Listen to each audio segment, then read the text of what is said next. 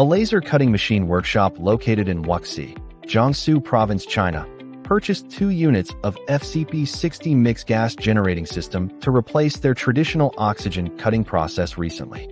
The first unit delivers 3-in-1 gas supply, 3,000 watt, 12,000 watt, 20,000 watt with 94% purity, while the second provides 92% purity for 60,000 watt applications. After the installation, the system has significantly improved cutting quality and efficiency. Utilizing medium-pressure dual-tower PSA pressure swing adsorption technology with high-performance carbon molecular sieves, the FCP60 series ensures long-lasting, high-efficiency nitrogen production. This breakthrough enhances cutting performance for medium-thickness carbon steel and aluminum alloys.